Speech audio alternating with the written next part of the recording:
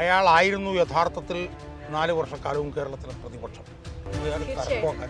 CPM-ന്റെ ഒരു ഇൻഫാലിബിലിറ്റി, ഒരു അപ്രമാദിത്വത്തെ അയാൾ ചവിട്ടി ഞെരിച്ച് കളഞ്ഞു. ഇപ്പോൾ കഴിഞ്ഞ ലോക്സഭാ തെരഞ്ഞെടുപ്പിൽ പോലും UDF-ന് ഇത്രയും വലിയ നേട്ടം ഉണ്ടായതിൻ്റെ ഒരു പ്രധാനപ്പെട്ട കാരണം ഇയാൾ നടത്തിയ ക്യാമ്പയിനാണ്.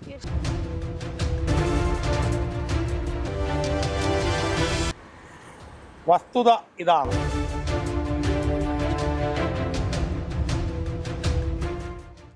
സർ, ആരിഫ് മുഹമ്മദ് ഖാനും രാജേന്ദ്ര ആർലേക്കറും നമ്മുടെ കേരളത്തിലെ കഴിഞ്ഞതും ഇപ്പോഴത്തതുമായ ഗവർണർമാർ. ആരിഫ് മുഹമ്മദ് ഖാൻ ഇരുന്ന സമയത്ത് സർക്കാരും നമ്മുടെ രാജ്ഭവനുമായിട്ടുണ്ടായിരുന്ന വലിയ കടുത്ത പ്രശ്നങ്ങളുണ്ട്. അത് കഴിഞ്ഞിട്ട് ആരിഫ് മുഹമ്മദ് ഖാൻ പോയതിന് ഉടനെ രാജേന്ദ്ര ആർലേക്കർ പുതിയ ഗവർണറായി വരുന്നു. അദ്ദേഹത്തിൻ്റെ വരവേൽപ്പ്, അതായത് CPM നടത്തിയത് വളരെ ഗംഭീരമായിട്ടാണ്. അതായത് നിയമസഭാ നയപ്രഖ്യാപനം പൂർണ്ണമായി വായിച്ചു എന്നത് അടക്കമുള്ള കാര്യങ്ങളെടുത്ത് ഗോവിന്ദൻ മാസ്റ്റർ അടക്കം വളരെ മഹത്വവൽക്കരിച്ചാണ് ആദ്യം മുതലേ ആർലേക്കറിനെ അവതരിപ്പിച്ചത്. ഇന്ന് ആർലേക്കറും നമ്മുടെ പിണറായി വിജയനും തമ്മിലുള്ള, കേരളത്തിൻ്റെ മുഖ്യമന്ത്രി പിണറായി വിജയനും തമ്മിലുള്ള ഒരു ബന്ധം ഒരു രാഷ്ട്രീയങ്ങൾക്കപ്പുറം ഒരു സംസ്ഥാനത്തിന് വേണ്ടിയാണെന്ന് പ്രത്യക്ഷത്തിൽ പറയുമ്പോൾ തന്നെ ആരിഫ് മുഹമ്മദ് ഖാനിൽ നിന്നും ഇത്രത്തോളം ഒരു സ്നേഹലാളന ആർലേക്കർ CPM-ൽ നിന്ന് ഏറ്റുവാങ്ങാൻ മാത്രം എന്തൊരു വ്യത്യാസങ്ങളാണ്, എന്തൊക്കെയാണ് ഇവർ തമ്മിലുള്ള ഒരു കമ്പാരിസൺ എങ്ങനെ നടത്തും? അതായത് തുടക്കത്തിൽ നമ്മൾ ഈ വിഷയത്തിൽ ചർച്ച ചെയ്യേണ്ട ഒരു കാര്യം, ഈ ഗവർണർമാർക്ക് ഭരണഘടന നൽകിയിരിക്കുന്ന പങ്കും അവകാശവും എന്താണ് എന്നുള്ളതാണ്. ഗവർണർക്ക് പല അധികാരങ്ങളും ഭരണഘടന നൽകിയിട്ടുണ്ടെങ്കിലും ഒരു ജനാധിപത്യ വ്യവസ്ഥയിൽ പരമാധികാരം എക്സിക്യൂട്ടീവിനാണ്, എന്ന് പറഞ്ഞാൽ ലെജിസ്ലേറ്റീവ് അസംബ്ലിക്കോ അല്ലെങ്കിൽ പാർലമെൻറ്റിലോ. അപ്പോൾ ആ പരമാധികാരം നിലനിർത്തിക്കൊണ്ടാണ് ഭരണഘടന പോലും ഗവർണർമാരുടെ സ്ഥാനം നിർവചിച്ചിട്ടുള്ളത്. മനസ്സിലായി? അപ്പം അതിന് ആ ഒരു നിർവചനത്തിനെ മറികടന്ന് പലപ്പോഴും ഗവർണർമാർ പോയിട്ടുണ്ട്.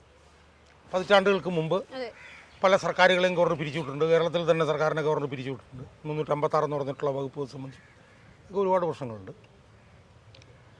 CPM പോലുള്ള ഇടതുപക്ഷ പാർട്ടികളുടെ നിലപാടെന്ന് പറഞ്ഞാൽ ഗവർണർ സ്ഥാനമേ വേണ്ട എന്നുള്ളതാണ്. മനസ്സിലായില്ലേ? ഇനിയിപ്പോൾ ഈ വിഷയത്തിലേക്ക് നമ്മൾ വന്നാൽ, കേരളത്തിൽ ഒരുപാട് ഗവർണർമാർ ഇരുന്നിട്ടുണ്ട്. അവരൊക്കെ തന്നെ ഈ പറഞ്ഞതുപോലെ സർക്കാർ പറയുന്ന കാര്യങ്ങൾ നടപ്പിലാക്കി കൊടുത്തുകൊണ്ട് എന്തെങ്കിലും ചെറിയ രീതിയിലുള്ള കാര്യങ്ങൾ അവർക്ക് നടത്താൻ കിട്ടുമെങ്കിൽ വാങ്ങിക്കൊണ്ട് അവരുടെ കാലാവധി പൂർത്തിയാക്കി പോകുന്നതാണ് നമ്മൾ കണ്ടിട്ടുള്ളത്. കാരണം ഈ ഗവർണർ സ്ഥാനമെന്ന് പറയുന്നത് തന്നെ രാഷ്ട്രീയത്തിലൊക്കെ കുറേ പ്രവർത്തിച്ച് കണ്ടം ചെയ്ത് കഴിയുമ്പോൾ കൊണ്ടുവന്ന് ഇടുന്ന ഒരു പൊസിഷനാണ് ഈ ഗവർണർ സ്ഥാനം. പക്ഷേ ഈ ഗവർണർ സ്ഥാനത്തുള്ളൊരു പ്രത്യേകത എന്താണെന്ന് ചോദിച്ചു കഴിഞ്ഞാൽ, അതൊരു വലിയൊരു അധികാര സ്ഥാനമാണ്. അധികാരം ഉപയോഗിക്കാൻ കഴിയില്ലെങ്കിൽ പോലും ഒരു അധികാര സ്ഥാനമാണ്. ഓഡിറ്റില്ല, വലിയ അധികാരങ്ങൾ ആ സ്ഥാനത്തുണ്ട്. അപ്പോൾ അത് ആസ്വദിച്ച് ആ കാലഘട്ടം അങ്ങ് അവസാനിപ്പിച്ച് പോവുക എന്നുള്ളതാണ് കാണുന്നത്. ഇപ്പോൾ പല രാഷ്ട്രീയ ഇപ്പോൾ BJP-യുടെ തന്നെ നമ്മൾ കണ്ടിട്ടുണ്ട്, PS ശ്രീധരൻപിള്ള. അതിവിടെ അങ്ങോട്ട് ഇരുന്ന് കുറേ കണ്ടം ചെയ്ത് കഴിഞ്ഞാൽ അയാളെ കൊണ്ടുവന്ന് അവിടുത്തെ. പക്ഷേ അതിൽ നിന്നും വ്യത്യസ്തമായി ഗവർണർമാരെ തങ്ങളുടെ രാഷ്ട്രീയ അധികാരത്തിന് വേണ്ടി ഉപയോഗിക്കുന്ന ഒരു പ്രവണത ഇപ്പോൾ കൂടുതൽ ശക്തിപ്പെടുത്തിയിട്ടിരിക്കുന്നത് ഈ BJP വന്നതിന്. അത് പല പല സംസ്ഥാനങ്ങളിലും അങ്ങനെ കണ്ടിട്ടുണ്ട്. അപ്പോൾ അതിൻ്റെ പശ്ചാത്തലത്തിൽ വേണം ഈ ആർലേക്കറേയും ആരിഫ് മുഹമ്മദ് ഖാനെയും നമ്മൾ പരിശോധിക്കാൻ. അങ്ങനെ പരിശോധിക്കുമ്പോൾ നമുക്ക് കാണാൻ കഴിയുന്നത്, ആരിഫ് മുഹമ്മദ് ഖാൻ ഗവർണർ എന്നുള്ള നിലയിൽ അയാൾ ഒരു ചരിത്ര പുരുഷനായിരുന്നു എന്ന് ഞാൻ വിലയിരുത്തും. എനിക്ക് തോന്നുന്നത് കേരളത്തിൽ മാത്രമല്ല, ഇന്ത്യയിൽ മറ്റൊരു സംസ്ഥാനങ്ങളിലും ഇതുപോലൊരു ഗവർണർ ഉണ്ടായിട്ടുണ്ടാവും എന്നെനിക്ക് തോന്നുന്നില്ല. ഇനി ഉണ്ടാവാനും സാധ്യതയില്ല എന്നാണ്. അതിൻ്റെ പ്രധാനപ്പെട്ട കാരണം എന്ന് പറഞ്ഞു കഴിഞ്ഞാൽ, ആരിഫ് മുഹമ്മദ് ഖാൻ എന്ന് പറഞ്ഞ വ്യക്തിയാണ് ഏറ്റവും പ്രധാനം. ആ വ്യക്തിക്കുള്ള ഒരുപാട് ക്വാളിറ്റികളുണ്ട്. അയാൾ ഒരു പണ്ഡിതനാണ്, രാഷ്ട്രീയത്തിൽ കിടന്ന് അടിത്തട പഠിച്ചവനാണ്. എൻ്റെ ഓർമ്മ ശരിയാണെങ്കിൽ ഏതാണ്ട് 30കളിലോ മറ്റോ അയാൾ കേന്ദ്രമന്ത്രിയായിരുന്നത്. അയാൾ MP ആയിട്ടുണ്ട്. അയാൾ ഒരു രാഷ്ട്രീയ പാർട്ടികളിലൂടെ വന്നിട്ടുണ്ട്. പക്ഷേ എന്നിരുന്നാൽ പോലും അയാൾ ഒരു നിലപാടെടുത്തിട്ട് ആ നിലപാടിൻ്റെ ഭാഗമായി കോൺഗ്രസിൽ നിന്ന് പോകുന്ന ആളാണ്. ഷബാനു കേസിൽ ഒരു വിധി കോടതിയിൽ നിന്ന് വന്നു. ആ വിധി അട്ടിമറിക്കാൻ കോൺഗ്രസ് ഗവൺമെൻറ് ശ്രമിച്ചപ്പോൾ അതിനെ വെല്ലുവിളിച്ചുകൊണ്ട് ആ പാർട്ടിയിൽ നിന്ന് MP സ്ഥാനം പോലും രാജിവെച്ച് അതിൽ നിന്ന് പുറത്തേക്ക് വന്ന ആളാണ് ആരിഫ് മുഹമ്മദ് ഖാൻ. അപ്പോൾ അപ്പോൾ അതിൻ്റെ പ്രാധാന്യം കാണുന്നു വെച്ചാൽ അന്ന് അയാൾ ഒത്തുതീർപ്പിൽ അവിടെ നിന്നിരുന്നെങ്കിൽ ഇന്ന് കോൺഗ്രസിൽ ഏറ്റവും പ്രധാനപ്പെട്ട മുസ്ലിം മുഖമായി 2ാം സ്ഥാനക്കാരനെ അയാൾക്ക് അവിടെ നിൽക്കാൻ പറ്റുമോ? അത് കളഞ്ഞിട്ട് വന്ന ആളാണ്. അപ്പം അങ്ങനെയൊക്കെ ഒരുപാട് ബാക്ക്ഗ്രൗണ്ടുള്ള ആളാണ്. അയാൾ കേരളത്തിൽ വന്ന് അധികാരം ഏറ്റെടുത്തു.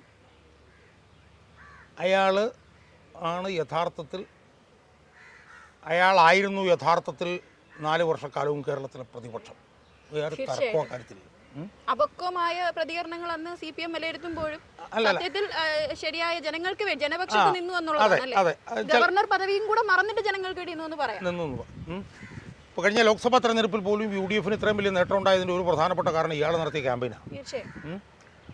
2, അയാളുടെ ഏറ്റവും സിഗ്നിഫിക്കൻ്റ് ആയിട്ടുള്ളൊരു ഒരു കോൺട്രിബ്യൂഷൻ എന്താ?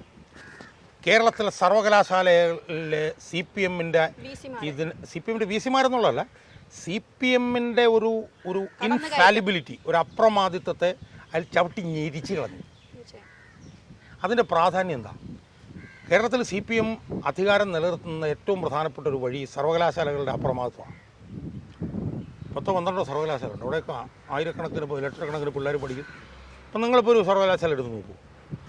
അവിടെ വിദ്യാർത്ഥികളുടെ മേഖലയിൽ SFIക്ക് അപ്രമാദിത്വം.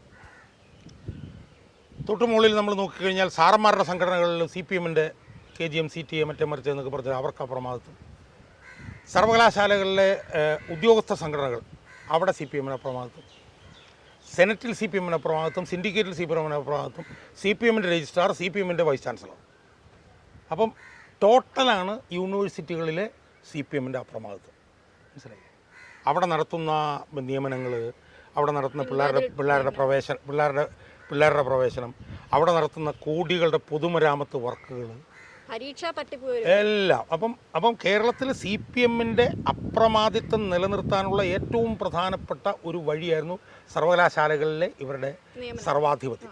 ഇവരുടെ സർവാധിപത്യം. ആ സർവാധിപത്യത്തിനെ ഒടിച്ചു മുടക്കി പോക്കറ്റിൽ വെച്ച് കളഞ്ഞു ആരിഫ് മുഹമ്മദ്. അതാണ് ആരിഫ് മുഹമ്മദ് ഖാൻ്റെ നമ്പർ 1 കോൺട്രിബ്യൂഷൻ. ഇന്ന് കേരളത്തിലെ സർവകലാശാലയിൽ ഇരിക്കുന്ന ഏതാണ്ട് 9ഓളം വൈസ് ചാൻസലർമാരും ഈ CPMൻ്റെ മൂട് താങ്ങികളല്ല. ആ നിലയിലേക്ക് അയാൾ അതിനെ മാറ്റിക്കളഞ്ഞു. അതുപോലെ തന്നെ പിണറായി വിജയൻ്റെ ഈ ജനവിരുദ്ധ നയം, ഒരു ഏകാധിപത്യ നയം, ഒരു സർവാധിപത്യ നയം, അതിനെതിരെയൊക്കെ ജനങ്ങളെ ഉണർത്തുന്നതിൽ പ്രതിപക്ഷം എന്ത് റോളാണ് വഹിക്കേണ്ടത് ആ റോള് വഹിച്ചിരുന്ന ഒരു രാഷ്ട്രീയ പ്രവർത്തകനായിരുന്നു ആരിഫ്. അയാൾ BJPയുടെ കയ്യിൽ പോലും നിൽക്കുന്ന ആളല്ല. BJPക്ക് പോലും അയാളെ നിയന്ത്രിക്കാൻ കഴിഞ്ഞിരുന്നു. അത്രയ്ക്ക് കേരളത്തിന് വേണ്ടി സ്റ്റേച്ചറുള്ള ഒരു മനുഷ്യനായിരുന്നു അയാൾ. മനസ്സിലായില്ല? അപ്പോൾ മുൾമുനയിൽ നിർത്തുകയായിരുന്നു അയാൾ. കാലാവധി പൂർത്തിയായപ്പോൾ സ്വാഭാവികമായും BJPക്ക് CPMമായൊരു ഡീലല്ല, അല്ലെങ്കിൽ നിങ്ങൾക്ക് ഇഷ്ടമില്ലാത്ത വാക്ക കൂട്ടിക്കൊടുപ്പല്ല ഉദ്ദേശിച്ചിരുന്നതെങ്കിൽ BJP ആദ്യ പരിഗണന നൽകി അയാളെ ഇവിടെ തുടരാൻ അനുവദിക്കണമായിരുന്നു. പക്ഷേ BJPയുടെ ലക്ഷ്യം ഡീലാണ്. BJP ചെയ്യുന്ന കൂട്ടിക്കൊടുപ്പാണെന്ന് പറയാൻ കാര്യം എന്താ? ഞാനൊന്ന് വിശദീകരിച്ചു തരാം. ഇപ്പോൾ അടുത്ത തെരഞ്ഞെടുപ്പിൽ BJP അധികാരത്തിൽ വരാനാണ് ശ്രമിക്കുന്നതെങ്കിൽ കൊള്ളാം, അതാണ് അവരുടെ സ്ട്രാറ്റജി. നമുക്ക് മനസ്സിലാക്കാം. BJPയുടെ ലക്ഷ്യം എന്താ? അവർക്ക് 10 സീറ്റ് കിട്ടുകയും അടുത്ത ഒരു തവണ കൂടി പിണറായി. അപ്പോൾ അതുകൊണ്ടാണ് BJPയുടെ ലക്ഷ്യം കൂട്ടിക്കൊടുപ്പാണെന്ന് ഞാൻ പറയുന്നത്. ആ തന്ത്രം നടപ്പിലാക്കുന്നതിൻ്റെ ഭാഗമായിട്ടാണ് ഇയാളെ ഈ പറഞ്ഞ പോലെ വളരെ നിഷ്ഠൂരമായിട്ട് എടുത്ത് തട്ടിക്കളഞ്ഞു. മനസ്സിലായില്ലേ? ആ തട്ടിക്കളഞ്ഞിട്ട് അവിടെ ഒരു കയ്യാളിനെ കൊണ്ടുവന്നു. ഒരു കയ്യാളാണ് ഈ രാജേന്ദ്ര ആർലേക്കർ എന്ന് പറയുന്നത്. കയ്യാൾ. അപ്പോൾ ആ കയ്യാളിനെ കൊണ്ടുവന്ന് എന്നാണ് വരുന്ന വഴി അയാൾ ഗോവയിൽ ഇറങ്ങി വേറൊരു കയ്യാൾ അവിടെ ഇരിപ്പുണ്ട്, പി.എസ്. ശ്രീധരൻപിള്ള.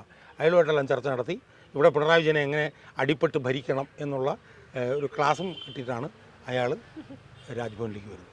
മനസ്സിലായി? അയാൾ ഇവിടെ വന്നിട്ട് ചെയ്യുന്ന എന്താണ്? ഈ പറഞ്ഞ പോലത്തെ നിങ്ങൾക്ക് ഇഷ്ടപ്പെട്ടില്ലെങ്കിൽ കൂട്ടിക്കൊടുക്കണം അയാൾ ഇവിടെ വന്നിട്ട് ചെയ്യുന്നത്. അതാണ് അയാളുടെ പ്രധാനപ്പെട്ട പരിപാടി. പിണറായി വിജയൻ എന്ത് വേണോ അത് ചെയ്തു കൊടുക്കുകയാണ് അയാൾ ചെയ്യുന്നത്. അതുകൊണ്ടാണ് അയാൾ ഇവിടെ നിന്ന് ടീം കേരള നമുക്ക് ഒരുമിച്ച് ഭരിക്കാമെന്ന് അയാൾ പറയുന്നത്. മനസ്സിലായി? പിണറായി വിജയൻ എന്ത് ഇഷ്ടമുണ്ടോ അപ്പോൾ അതാണ് നിങ്ങൾ നേരത്തെ പറഞ്ഞ പോലെ ഗോവിന്ദൻ മുതൽ പിണറായി വിജയൻ വരെ ഉള്ളവർ പോയി മുക്കയിൽ മുട്ടയെ മുട്ടിച്ചിട്ട്. ആരിഫ് മുഹമ്മദ് പോയ ഉടനെ തന്നെ പിണറായി വിജയൻ ഭാര്യയായിട്ട് വിരുന്നിന് വരുന്നു. ഈ പറഞ്ഞതുപോലെ ആർലേക്കർ അദ്ദേഹത്തെ നടക്കാനായിട്ട് ഇവിടേക്ക് രാജ്ഭവനിലേക്ക് സ്വാഗതം ചെയ്യുന്നു. അതായത് ഒരു കഴിഞ്ഞ 5 വർഷക്കാലം കണ്ടതിനേക്കാളൊക്കെ പെട്ടെന്നുള്ളൊരു മാറ്റമായിരുന്നു പിണറായി വിജയൻ്റെ ഭാഗത്ത് നിന്നുണ്ടായത് എന്നുള്ളതാണ് രാജ്ഭവനും തമ്മിലുള്ളൊരു ബന്ധം. അപ്പോൾ BJP പിണറായി വിജയനും BJPയും തമ്മിലുള്ള ഒരു ഡീലിൻ്റെ ഇടനിലക്കാരൻ നമുക്ക് ഉപയോഗിക്കാം. അതാണ് അയാൾ. മനസ്സിലായോ? അപ്പം അയാളും കൂടെ വന്നു കഴിഞ്ഞപ്പോഴാണ് ആരായിരുന്നു ആരിഫ് മുഹമ്മദ് ഖാൻ എന്ന് നമുക്ക് കൃത്യമായിട്ട് ബോധ്യപ്പെട്ടത്. മനസ്സിലായോ? പക്ഷേ ഇയാളുടെ ഈ ഒരു ഇടനില രാഷ്ട്രീയം BJP പ്രവർത്തകർ പോലും അംഗീകരിക്കില്ല എന്നുള്ള ബോധം, മിനിമം ബോധം ഈ BJPയുടെ കേന്ദ്ര നേതൃത്വത്തിനില്ല. അവർ വിചാരിക്കുന്നത് പിണറായി വിജയനെ ഒരു തവണ കൂടെ വരുത്തി BJPക്ക് 10 സീറ്റ് കിട്ടി, കോൺഗ്രസ് ഇല്ലാതായി, അതൊക്കെ അവരുടെ മനക്കോട്ടയാണ്. പക്ഷേ മറ്റൊരു കാര്യം, CPM-നെ സംബന്ധിച്ച് ആർലേക്കർ എന്ന് പറയുന്നത് CPM-ന്റെ അന്തകൻ, കേരളത്തിലെ CPM-ന്റെ അന്തകൻ എന്ന് വേണമെങ്കിൽ പറയാമല്ലോ. കാരണം രാജ്യത്ത് തന്നെ ആകെ കൂടെ ഉള്ളൊരു കനൽത്തിരിയാണ് കേരളത്തിലേത്. കേരളത്തിൽ BJP ഒരു 10 സീറ്റെങ്കിലും നേടി പിണറായി വിജയൻ്റെ സഹായത്തോടെ അധികാരത്തിൽ വന്നു കഴിഞ്ഞാൽ ഇനി അടുത്ത് വരുന്ന കാലഘട്ടങ്ങളിൽ പശ്ചിമ ബംഗാളിനെ പോലെ അതിനേക്കാളും വളരെ ഗതികെട്ടൊരു അവസ്ഥയിലേക്ക് CPM-ന്റെ അവസ്ഥ പോവുകയും ഇവിടെ സാർ അന്ന് പറഞ്ഞതുപോലെ CPM-ന്റെ അന്ത്യകൂദാശയാണ് CPM-ന്റെ ഇവിടുത്തെ സംസ്ഥാന സമ്മേളനം നടന്നതെങ്കിൽ ആർലേക്കർ വന്നത് അന്ത്യകൂദാശ നടത്താനാണ് എന്ന് വേണമെങ്കിൽ അതൊക്കെ ശുദ്ധ അസംബന്ധമാണ്. അത് നിങ്ങൾ പറഞ്ഞതിനകത്തുള്ളൊരു വൈരുദ്ധ്യം എന്താ? നിങ്ങൾ പറഞ്ഞ വൈരുദ്ധ്യമാണെങ്കിൽ CPM തീരണം, അതാണല്ലോ. CPM-ന്റെ അന്ത്യകൂദാശയാണ് കൊല്ലത്ത് നടന്നെന്ന് പറഞ്ഞാൽ CPM ഇപ്പോൾ തീരുമെന്നാണല്ലോ. അല്ല, അങ്ങനെയാണല്ലോ ഞാൻ പറഞ്ഞത്. പക്ഷേ ആർലേക്കറിൻ്റെ പദ്ധതി ശരിയാകുകയാണെങ്കിൽ എന്താ സംഭവിക്കുന്നത്? കോൺഗ്രസ് ആണ് തീരുന്നത്, CPM ഇവിടെ ഉണ്ടാവും. അത് കഴിഞ്ഞിട്ടുള്ള കാലഘട്ടത്തിലും CPM ഉണ്ടാവും. CPM BJP മാത്രമാണ് ഉണ്ടാവുക, കോൺഗ്രസ് ആണ് ഇല്ലാതാവുന്നത്. അതുകൊണ്ട് BJPയുടെ ഈ ഇപ്പോഴത്തെ തന്ത്രം അനുസരിച്ച് CPM-ഉം BJP-യും മാത്രമുള്ള ഒരു സംവിധാനമാണ് അവർക്ക് വേണ്ടത്. കോൺഗ്രസിനെ ഇല്ലാതാക്കാനാണ് അവർ ശ്രമിക്കുന്നത്. അതുകൊണ്ട് CPM-ന്റെ അന്തകനല്ല ആർലേക്കർ. അവരുടെ പദ്ധതി നടപ്പിലായാൽ പോലും കോൺഗ്രസിൻ്റെ അന്തകനാവാനായിട്ടാണ് ആർലേക്കർ ഇവിടെ കൊണ്ടുവന്നിരിക്കുന്നത്. പക്ഷേ ആർലേക്കർ മനസ്സിലാക്കേണ്ട ഒരു കാര്യം, പിണറായി വിജയനെ അധികാരത്തിൽ കൊണ്ടുവരാൻ BJPയുടെ അണികൾ പോലും സമ്മതിക്കില്ല. കാരണം കേരളം എന്ന് പറഞ്ഞൊരു സംസ്ഥാനം നിലനിൽക്കണമെന്നുണ്ടെങ്കിൽ പിണറായി വിജയൻ പോയേ മതിയാവൂ എന്നുള്ള ബോധ്യം കേരളത്തിലെ എല്ലാ രാഷ്ട്രീയ പാർട്ടിക്കാർക്കും ഉണ്ട്. അതങ്ങ് പറയുന്നത് ഇനി ഭാവിയിൽ ഒരുപക്ഷെ കേരളത്തിൽ BJP പ്രതിപക്ഷമായി വരികയും കോൺഗ്രസ് ഇല്ലാതാവുകയും ചെയ്യും, ഇങ്ങനെയുള്ള അല്ല, അതിനു വേണ്ടിയിട്ടാണല്ലോ. ഇവരിപ്പോൾ എന്താ ഉദ്ദേശിക്കുന്നത്? ഇവരുദ്ദേശിക്കുന്നത് എന്താണ്? അടുത്ത 5 വർഷം കൂടെ പിണറായി വിജയൻ ഇരിക്കും.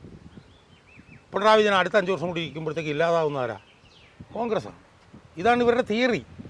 അപ്പോൾ കോൺഗ്രസ് ഇല്ലാതാകുമ്പോൾ പ്രധാന പ്രതിപക്ഷം BJP ആവും. പിന്നെ ഒരു 5 വർഷം കൂടെ കഴിഞ്ഞ് പിണറായി വിജയനെ വേണമെങ്കിൽ തോപ്പിക്കാൻ പറ്റും. ഇതാണ് പറയുന്നത്. അത് 30 അല്ല, അതൊക്കെ പിന്നീടല്ലേ, അതൊക്കെ 5 വർഷം കഴിഞ്ഞിട്ടല്ലേ. 5 വർഷം കഴിഞ്ഞിട്ടുള്ള രാഷ്ട്രീയത്തെക്കുറിച്ച് ഇപ്പോൾ നമുക്ക് പറയാൻ പറ്റുമോ? ഈ ഹ്രസ്വകാല ഭാവിയിൽ കോൺഗ്രസിനെ ഇല്ലാതാക്കി പിണറായി വിജയനും BJP-യും പ്രതിപക്ഷവും ഭരണപക്ഷമാകുക എന്നുള്ളതാണ് ഇവരുടെ ലക്ഷ്യം. അത് കഴിഞ്ഞ് 31 ആകുമ്പോഴത്തേക്കും പിണറായി വിജയനും കൂടെ അതൊക്കെ ചുമ്മാ നമുക്ക് കടലാസിൽ പോക്കറ്റ് ഇടാന്നല്ലാതെ നമുക്ക് രാഷ്ട്രീയം പറയാൻ പറ്റും. പക്ഷേ BJPയുടെ ഈ രാഷ്ട്രീയത്തെ BJPയുടെ അണികൾ പോലും അംഗീകരിക്കില്ല. കാരണം കേരളത്തിലെ cutting across political party lines, കേരളത്തിൽ ഇയാൾ പോയാലേ കേരളം നിലനിൽക്കൂ എന്നുള്ള ബോധ്യം എല്ലാ രാഷ്ട്രീയ പാർട്ടികളുടെയും അണികൾക്കിടയിൽ മുന്തി നിൽക്കുന്ന ഏറ്റവും പ്രധാനപ്പെട്ട വികാരം. അത് നടപ്പിലാവുകയേ ഉള്ളൂ. മനസ്സിലായില്ലേ? BJP-യും പിണറായി വിജയനും തമ്മിലുള്ള ഈ സഖ്യത്തിൻ്റെ പോസിറ്റീവ് ചില ഭാഗങ്ങളാണ് ഇവർ കാണുന്നത്. ഇതിന് ഭയങ്കര നെഗറ്റീവുണ്ട്. CPM BJP ആയിട്ടൊരു ലൈൻ ഇടുക എന്ന് പറഞ്ഞു കഴിഞ്ഞാൽ CPM-ൻ്റെ അണികൾ തന്നെ അടനടന്നങ്ങ് പോകും ഇതിനകത്തുനിന്ന്. കാരണം CPM ബേസിക്കലി മതേതര പാർട്ടിയാണ്. മറുഭാഗത്ത് ന്യൂനപക്ഷം ഒന്നാകെ CPM-ൽ നിന്ന് പോകും. ന്യൂനപക്ഷം ഇപ്പോൾ തന്നെ CPM-ൽ നിന്ന് മുസ്ലിംസൊക്കെ പോയി കഴിഞ്ഞിരിക്കുന്നു. പക്ഷെ അതുകൊണ്ട് തന്നെ ഇത് അബദ്ധമാണ് എന്ന് അവർ മനസ്സിലാക്കുന്നത് ഹ്രസ്വകാല ഭാവിയിൽ തന്നെ അതവർ മനസ്സിലാക്കാൻ പോവുകയാണ്.